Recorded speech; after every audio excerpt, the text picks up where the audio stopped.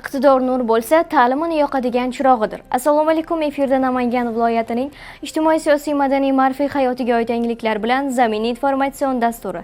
Studiyada Zulayho Mudinova. Bugungi dasturimizdan o'rin olgan lavha va reportajlarning qisqacha sharhi bilan tanishing. Tengdoshlarni qoldirib ortda. Bugun bizda ilm olishga, o'zimizni iste'dodimizni ko'rsatishga imkoniyatlar juda ham yetarli. 100 million dollar kimlar uchun? Hozirgi kungacha biz 72 ta mahalliy va xorijiy startaplarga investitsiya kiritganmiz. Shahar bedarvoza emas. Chiqib ketayotgan yo'lovchi bojxona nazoratidan o'tayotgan vaqtida o'zining shu Noyob iqtidor egasi. Hozirgi kungacha 5 ta prototip yaratdim. Endi shu va boshqa lavhalarning to'liq tafsilotiga o'tamiz. Yurtimiz yoshlariga yaratilayotgan keng imkoniyatlar ularning har sohada yetakchi o'rinlarga ega bo'lishlari uchun zamin yaratmoqda. Ana shunday yoshlardan biri Begoyim Vorisova izlanish va intilishda tengdoshlariga o'rnak bo'lmoqda. Uning tirishqoqligi, tashabbuskorligi alohida e'tirof etilib, Abdulla Avloniy nomidagi davlat stipendiyasiga loyiq ko'rildi. Hozir baholaringiz qanday? Birinchi kursda barcha baholarimni 5 ga yopdim, hurmatli prezident. 5 ga yoqdingiz. Mani vakolatim bor, muddatdan oldin avlodning stipendiyasini berish. Rahmat katta. Prezidentimiz Namanganga tashrif chog'ida turli soha mutaxassislari, xususan yoshlar bilan hamdildan suhbatlashdilar. Ayni uchrashuvda Begoyim Vorisova ham faol ishtirok etib, tengdoshlari nomidan bir qator takliflar bildirdi. Muloqot davomida u viloyatda har yili kitobxonlik forumini tashkil etish g'oyasini ham ilgari surdi. Davlat rahbari mazkur tashabbuslarni qo'llab-quvvatlab, uning shijoatini yuqori baholadi. Prezidentimiz ota-onam singari meni eng mashaqqatli kasblardan biri bo'lgan muallimlikni tanlagani bilan menga bir o'zlarining iliq fikrlarini bildirdilar va meni vakolatim bor deb muddatidan avval Abdulla Avloniy stipendiyasini ham birinchilardan bo'lib o'zlari menga taqdim etdilar va ana shu jarayonda xursandchiligim juda ham ortdi va yelkamga katta mas'uliyat ham yuklandi. Bolalikdan tirishqoq va intiluvchan bo'lgan Begoyim bugunga qadar ko'plab yutuqlarni qo'lga kiritgan. Xususan 2021-yil o'tkazilgan Kamalak yulduzlari bolalar ijodiyoti festivali laureati. 2022-2023-yillarda Kamalak bolalar tashkilotining eng namunali hududiy sardorlar kengashi respublika tanlovlari g'olibi hamda shu muddatlarda o'tkazilgan xalqaro tanlovlar sovrindori ham. Hozirda u Namangan davlat pedagogika institutining 2-bosqichida tahsil olib, o'zi tanlagan milliy g'oya, ma'naviyat asoslari va huquq ta'limi yo'nalishida izlanish olib bormoqda. Ayol o'qimishli bo'lsa, jamiyat bilasiz taraqqiy etib boradi. Hozirgi kunda mamlakatimiz rahbari tomonidan biz xotin-qizlarga berilayotgan imkoniyatlar tahsinga sazovor. Buni birgina misoli Begoyim Vorisova hozir bakalavr yo'nalishida tahsil olishi bilan birgalikda o'zini ilmiy tadqiqot yo'nalishini belgilab olgan. Begoyimdek intiluvchan, tirishqoq yoshlarimiz ko'payishi aynan yangi O'zbekiston taraqqiyotini belgilashda, umuman jamiyatimiz yuksalishda alohida bir o'ringa ega. Lavhamiz qahramoni 2023-yil O'zbekiston Yoshlar ittifoqi Respublika ta'lim yo'nalishi sardori hamda ittifoqning viloyatdagi bosh sardori sifatida yoshlar masalalari yuzasidan qator loyihalarni tashkil etgan. Shu bilan birga Qizlar ovozi klubining Namangan viloyati rahbari bo'lib samarali faoliyat yuritgan. Begoyim Vorisova dekanning yoshlar masalalari bo'yicha maslahatchi sifatida biz bilan yelkama-yelka faoliyat olib boradi. Bu Begoyimdagi favqulodda tashabbuskorlik, ilmga bo'lgan muhabbat, o'zini ortidan talabalarni ergashayotgan talabalarni ilhomlantirish qobiliyati sabab bugun talaba qizlar ichida ham, yigitlar ichida ham bu faol liderlik pozitsiyasini yaqqol namoyon eta oldi. Men o'ylaymanki va ishonamanki, Begoyim o'zi kabi yosh sifatida shakllanishida bevosita yordam beradi. Mamlakatimizda yoshlarga yaratilayotgan imtiyozlar, kasb-hunarli bo'lishlari uchun amaliyotga joriy etilayotgan zaruriy barcha shart-sharoitlar zamirida millat kelajagi, yurt ravnaqi kabi ulug' maqsadlar mujassam. Bu qo'llov va imkoniyatlardan to'g'ri va oqilona foydalanish esa o'sib kelayotgan yosh avlod vakillarining birlamchi vazifasi hisoblanadi.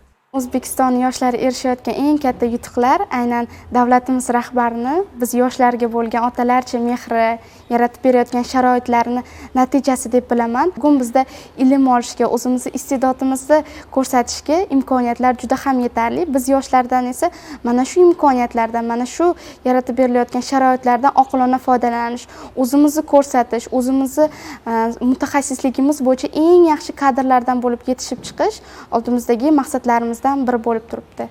Davlat va jamiyatning yoshlarga qaratayotgan e'tibori, ularning bilim olish, zamonaviy kasblarni puxta egallash va mamlakat ravnaqiga munosib hissa qo'shishdek ezgu maqsadlarga qanot bag'ishlaydi. Bunday g'amxo'rlik natijasida Begoyim kabi fidoyi, vatanparvar, ilm-fan va taraqqiyot yo'lida bor kuchini sarflashga tayyor bo'lgan zamondoshlarimiz safi tobora kengayib bormoqda. Yoshlar o'rtasida zamonaviy kasblarga bo'lgan qiziqishning ortib borishi barobarida ular ishtirokidagi turli startap loyihalar ham amaliyotga tatbiq etib kelinmoqda. Innovatsion g'oyalar moliyaviy qo'llab-quvvatlanishi esa boshqalarda ham shu kabi yo'nalishlarda o'zini sinab ko'rish ishtiyoqini oshiradi. Yangi g'oyalarni o'zida aks etgan loyihalar taqdimoti bunga yaqqol misoldir. Jadal rivojlanib borayotgan globallashuv jarayonlarida zamonaviy texnologiyalarning o'rni va ahamiyati tobora ortib bormoqda. Shu bois ushbu soha mutaxassislariga bo'lgan talab ham yuqori. Namangan shahridagi ID Park binosida o'tkazilgan Namangan Startup Day loyihasi esa shu yo'nalishda ish yuritayotgan yoki faoliyatni yo'lga qo'yishni istagan vodiylik yoshlar uchun ayni muddao bo'ldi.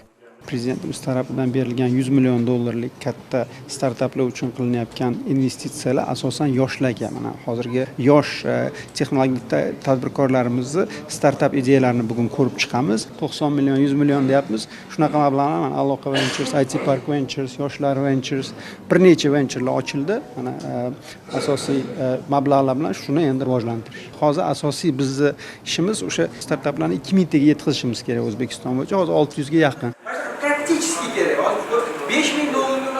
Tadbirda Namangan, Andijon va Farg'ona viloyatlaridan kelgan 50 dan ziyod yosh texnologlar ishtirok etdilar. Bunda yoshlarga o'z loyihalarining maqsadi, ko'lami va samaradorligiga ko'ra investorlar bilan 90 million so'mgacha to'g'ridan-to'g'ri shartnomalar imzolash imkoniyatlari yaratildi. Hozirgi kungacha biz 72 ta mahalliy va xorijiy startaplarga investitsiya kiritganmiz. Investitsiya miqdori 8 million dollardan ortiq. Bundan tashqari biz g'oya va MVP bosqichidagi startaplarga 10 ming, 20 ming dollar orasida investitsiya kiritamiz. Bugun shu startaplarni ko'rib chiqamiz. Istiqbolli, kelajagi bor startaplarga o'ylaymanki, bugun investitsiyalar ajratamiz. Taqdimot uchun 5 daqiqa vaqt ajratildi.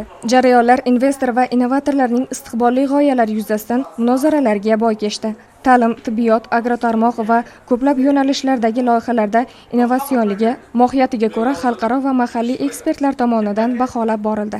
Stomatologiya mahsulotlarini va stomatologiya sohasini avtomatlashtirilgan tizim bo'yicha hozir startap loyiha qilib chiqqanman. Bizning investitsiya so'rayotganimiz hozirda 20 ming dollar so'rayapmiz.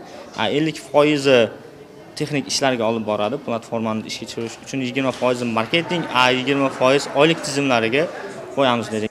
Tadbir yakunida o'nga yaqin loyihalar investorlar tomonidan ijobiy baholanib, maqsadli kelishuvlar imzolandi. Bu kabi tadbirlar respublikaning barcha hududlarida muntazam o'tkazilishi yosh texnologlar uchun keng imkoniyat yaratadi. G'oyalarni amaliyotga joriy etishlari uchun esa muhim qo'llov vazifasini o'taydi.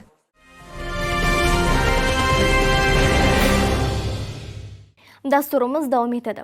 Mamlakatimiz hududiga qo'shni davlatlardan fuqarolarning kirib chiqishlari, o'zlari bilan yuklar va boshqa buyumlarni olib yurishlari bo'yicha qonun va me'yoriy hujjatlar amaliyotga tatbiq etilgan. Shunga qaramay, ayrim shaxslar mavjud tartiblarni chetlab o'tishga harakat qiladilar. Navbatdagi lavhamiz shu haqda. So'nggi yillarda yurtimizda yangi chegara bojxona postlari foydalanishga topshirildi. Bu o'tkazish punktlarida raqamli nazorat tizimlari, yuk va transport vositalarini skanerlovchi zamonaviy uskunalar o'rnatilib, o'tish jarayoni yanada tezlashdi. Natijada fuqarolar uchun qulaylik yaratilib, eksport-import jarayonlari tezlashishi barobarida qo'shni davlatlar bilan iqtisodiy hamkorliklar yanada faollashdi. Afsuski, ayrim fuqarolar bojxona nazoratini chetlab, moddiy boyliklarni yashirib olib chiqish yoki olib kirishga urinmoqdalar. Viloyat bojxona boshqarmasi Kosonsoy chegara bojxona postida shu kabi qonunbuzarlik holati aniqlandi. Qirg'iz Respublikasiga chiqib ketayotgan yo'lovchi bojxona nazoratidan o'tayotgan vaqtida o'zining shubhali xatti-harakatlari bilan xodimlarining e'tiborini tortgan. U belgilangan tartibda shaxsiy ko'rikdan o'tkazilganida uning egnidagi kiyimi orasida oq ro'molga yashirilgan, og'zaki so'rovda ma'lum qilinmagan va deklaratsiyalanmagan belgilangan me'yorda ortiqcha 5200 AQSh dollari naqd xorijiy valyuta aniqlandi. Hozirda mazkur holat yuzasidan tergovga qadar tekshiruv harakatlari olib borilmoqda. Eslatib o'tamiz, amaldagi tartibga ko'ra O'zbekiston Respublikasi fuqarolari ekvivalenti 100 million so'mgacha bo'lgan naqd xorijiy valyutani og'zaki va yozma deklaratsiyalash orqali olib chiqishlariga ruxsat etilgan. Inson biror bir sohaga astoydil qiziqsa, kasb va hunardan qat'iy nazar ana shu yo'nalishda muvaffaqiyatlarga erisha boshlaydi. Asli kasbi o'qituvchi bo'lgan Shuhratbek Rahmonov ham ancha yillardan buyon bo'sh vaqtini sevimli mashg'ulotiga bag'ishlaydi. Mutlaq qo'l mehnati asosida yaratilgan Lamborghini sport mashinasining nusxasi intilishlar natijasidir. Lamborghini Countach 5000 afsonaviy Lamborghini avtomobilining takomillashtirilgan versiyasi. Uning maksimal tezligi 295 km/soat bo'lib, 100 km/soat tezlikka 4.8 soniyada erishadi. Chustlik ixtirochi mutlaq qo'l mehnati bilan xuddi shu mashinaning nusxasini yaratdi. Bu Lamborghini Countach 5000 ning maketi. Bunisi esa shu mashinadan ilhomlanib yaratilgan sport mashinasi. Buni yaratishga namanganlik ixtirochining 2 yillik vaqti ketgan. Bu avtomobillar Lamborghini Countach 5000 rusumdan andoza olib, tashqi ko'rinishini o'zgartirilgan holatda yagona nusxa qilib yaratdim. Avtomobilni 60% joyi zanglamaydigan po'lat materialdan ishlatilgan, listimizni qalinligi 2 lik listdan ishlatilgan, ramali ekstremal tezlikka dosh bera oladigan avtomobil qilib ishlab chiqardim. Isitish sistemasi, sovutish sistemasi hammasi mujassam. Boshqa avtomobillarga qaraganda qulayligi, mashinamiz chirimaydi. Inson anaqa xavfsizligidan kelib chiqqan holatda xavfsizlikka to'liq javob bera oladi. Ushbu sport avtomashinasini yasash uchun 15 ming AQSh dollari miqdorida mablag' sarflangan. Uzunligi 5 metr 70 sm, balandligi 1 metr 30 sm bo'lgan mashinaning og'irligi qariyb 3 tonna. Unga Spark avtomashinasining motori o'rnatilgan bo'lib, 140 km/soat maksimal tezlikka ega. Shuhratbek Rahmonovning asl kasbi o'qituvchi. U Chust tumanidagi 11-umumiy o'rta ta'lim maktabida jismoniy tarbiyadan dars beradi. Darsdan bo'sh vaqtlarda esa o'zi yoqtirgan shu kabi yangiliklarni yaratishga ishtiyoqmand. Qolaversa, yosh ixtirochilarga ham doimiy ko'mak va ko'rsatma berib, yangi loyihalarga ilhomlantiradi. Bu avtomobilimiz ZAZ 965 modeli. Buni biz eski holatda bo'lgan, buni kesib, chiroyli qilib tomlarini kesib, letniy proyekt bo'lib, kabriolet holatga keltirilgan. Shu Shuhrat domlamizdan ilhomlanib, birgalikda shu avtomobilimizni yaratdik. Lavhamiz qahramoni ayni faoliyatini boshlaganiga 25 yil bo'lgan. Hozirgacha u 10 ga yaqin turli ko'rinishdagi transport texnikalarini yasagan. Kelajakda esa yanada ko'plab loyihalarni amalga oshirishni ham rejalashtirmoqda. Hozirgi kungacha 5 ta prototip yaratdim. Bu 6-si. Yuk tashiydigan mototsikl yaratdim. Tog'li, dag'al noasfaltli yo'llarga mo'ljallangan baggi sport mashinasini yaratdim. Harbiylarga yana baggi tipidagi sport mashinasini yaratdim. Kelajakda bundan ham yaxshi avtomobillarni yaratish maqsadida harakat qilyapman. Oliy ta'lim fan va innovatsiyalar vazirligi shuncha yaratgan prototiplarimga qarab, ko'chada harakatlanishimga, davlat avtomobil nazoratiga ozgina qanaqadir hujjat qilib berishsa, bundan ham albatta yaxshi avtomobillarni yaratib chiqarishga qodirman. Umid qilamizki, Shuhratbek Rahmonovning izlanishlari va intilishlari besamar ketmaydi. Oliy ta'lim fan va innovatsiyalar vazirligi bu borada ixtirochiga zaruriy ko'mak berib, faoliyatini kengaytirish hamda qo'llab-quvvatlash borasida amaliy ishlarni olib boradi. Zero, buning uchun mamlakatimizda barcha sharoit va imkoniyatlar yetarli. Faqat xohish va iroda bo'lsa bas. Samarqand shahrida o'tkazilgan San'atim faxrim Respublika yosh ijodkorlar an'anaviy tanlovi 200 ga yaqin iste'dod sohiblarini bir manzilga jamladi. Ishtirokchilar san'atning 15 yo'nalishi bo'yicha o'z iqtidorlarini namoyon etdilar. Tanlovda namanganlik yoshlar ham munosib qatnashib, oliy o'rinni qo'lga kiritdilar.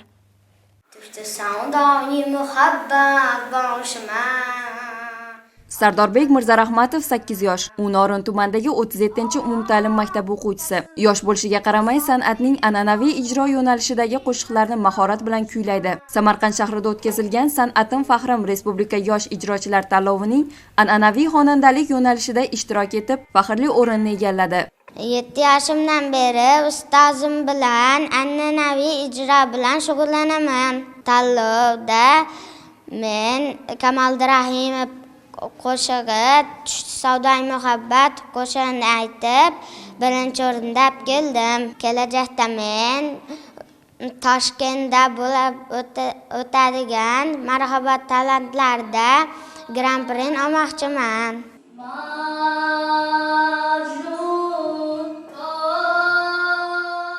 Fathiddin Tursunboyev Namangan shahridagi 46-umumta'lim maktabining 5-sinf o'quvchisi. U ham ushbu nufuzli tanlovning trio yo'nalishida Grand Prix sovriniga munosib ko'rildi.